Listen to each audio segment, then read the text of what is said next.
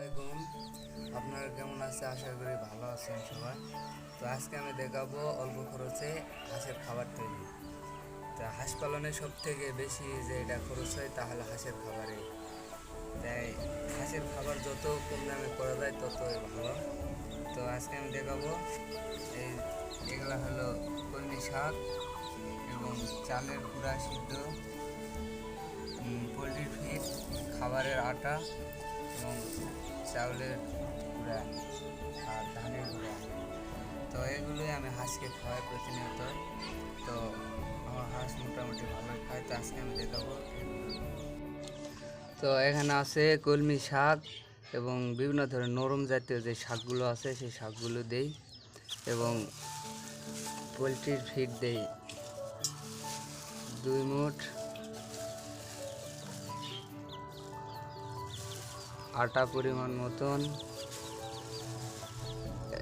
খুদ 1 মুঠ এবং এগুলা হলো খুদ সিদ্ধ, এগুলা গরুকে খাওয়া আর কি।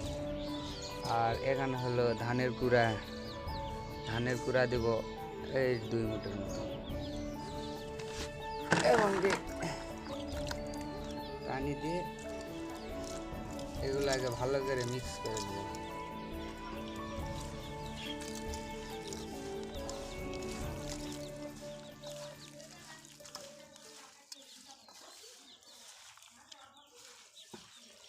অনেকেই বলতে পারে যে কলমি শাক আবার হাঁসে খায় নাকি। তো এগুলা যদি মানুষে খায় তো হাঁসে খাওয়ালে কি হবে?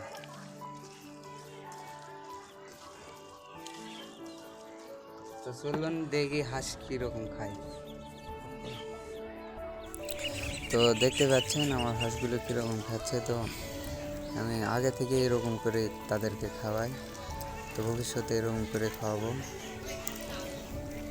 তো আপনারা চাইলে এর সঙ্গে আরও কোনো কিছু উপাদান মিক্স করতে পারেন, তাতে আরও ভালো হয়। আমি এগুলোই খাওয়াই এবং কারো যদি কোনো মন্তব্য থাকে তো অবশ্যই কমেন্টে জানাবেন, আমি সমাধান করার চেষ্টা করব ইনশাল্লাহ।